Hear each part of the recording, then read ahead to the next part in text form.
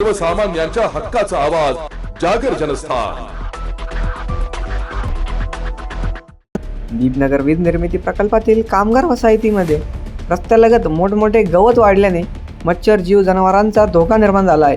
इतकेच नव्हे तर दीपनगर कामगार वसाहतीत बस स्टॉपच्या आजूबाजूस मोठमोठे गवत वाढलेले आहेत। पावसामध्ये विद्यार्थ्यांना या बस स्टॉपचा सहारा घेता येत नसल्याने विद्यार्थ्यांना बस येईपर्यंत पावसातच उभे राहावे लागते।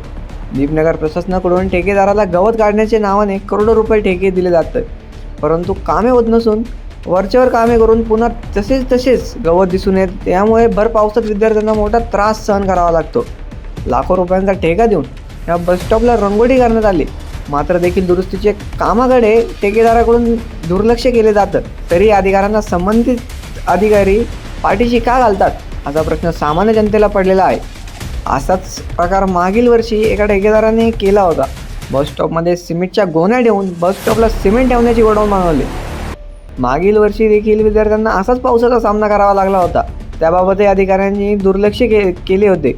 आताही तोच प्रकार याबाबत गवतांच्या माध्यमातून घडत आहे, त्यामुळे अधिकाऱ्यांच्या या दुर्लक्षामुळे दीपनगर प्रशासनाच्या अधिकाऱ्यांबाबत प्रश्न उपस्थित होत असून वरिष्ठ पातळीवर दीपनगर येथील अधिकाऱ्यांना कान उघडणे गरजेचे आहे। जागर जनस्थानसाठी सुमित निगम, भुसावळ।